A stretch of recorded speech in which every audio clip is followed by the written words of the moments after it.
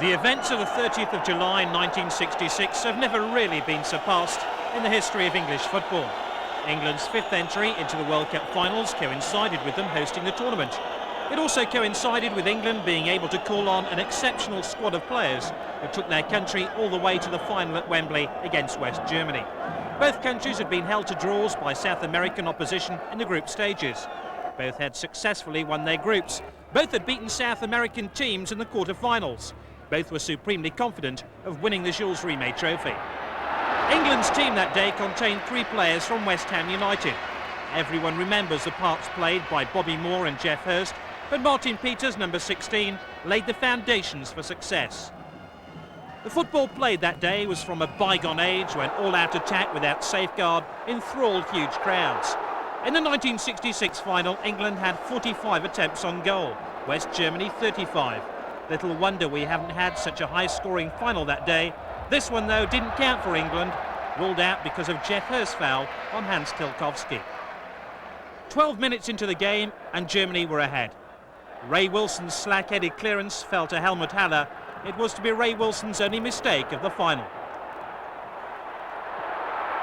Haller had hit a decisive goal in the semi-finals against the Soviet Union and two in the quarter-finals against Uruguay at Hillsborough. West Germany's lead lasted just 12 minutes. The late Bobby Moore, who led the team with conviction and enormous grace, fashioned the equaliser, finding his West Ham colleague Geoff Hurst with this accurate free kick. If England could rely on the predatory skills of Geoff Hurst in attack, then Gordon Banks gave the team enormous security in goal. Banks was overshadowed by the great Lev Yashin in the 66 finals, and within 4 years he'd be acclaimed the world's top keeper. If England needed a match winner that day, they need look no further than Bobby Charlton, whose goals had put England through to the final. Charlton, though, was destined to have a frustrating afternoon, denied here by the save of Tilkowski.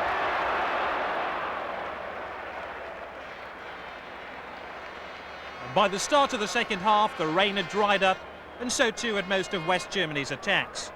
Martin Peters, who'd been shackled for long periods of the opening 45 minutes, began to weave intricate patterns in the West German midfield. Bobby Charlton's impact on the game was being minimised by a young central defender called Franz Beckenbauer, who was just about managing, with his colleagues, to keep England out. However, it took England 30 minutes of the second half to find a way through, past West Germany's stubborn resistance. Geoff Hurst's shot was blocked and Martin Peters gives England a decisive lead.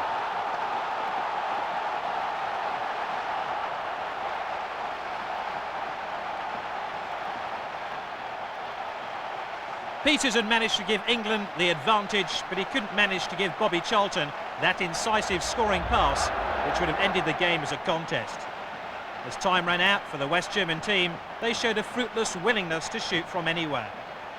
With just seconds remaining of the match, Ziggy Held helped on this free kick, Schnellinger appeared to handle the ball, and Wolfgang Weber bundled West Germany's equaliser to take the match into extra time.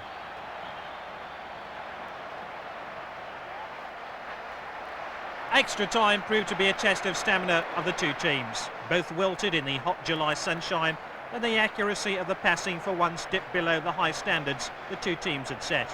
Coming up, the most controversial goal ever scored in a World Cup final. 3 decades after Geoff Hurst's shot hit the underside of the bar and bounced to safety, you can still get a lively pub debate going on whether the ball crossed the goal line. The Russian linesman Bakramov gave his verdict in seconds on a sporting moment that's been debated for years and years. He went to his grave insisting Hurst's shot crossed the line, and there aren't many Englishmen who disagreed with him. The goal effectively killed off West Germany's will to win. For England to be denied victory once was unfortunate, twice would have been careless. There was still time for Geoff Hurst to write himself into the record books. With the last kick of the game, Hurst sealed his hat-trick, England's victory, and a place for himself in World Cup history. At the end, there were tears of delight and relief in equal measure. England had won the World Cup. It would be a long time before a group of footballers wearing England shirts would unite the nation with such pride and fervour.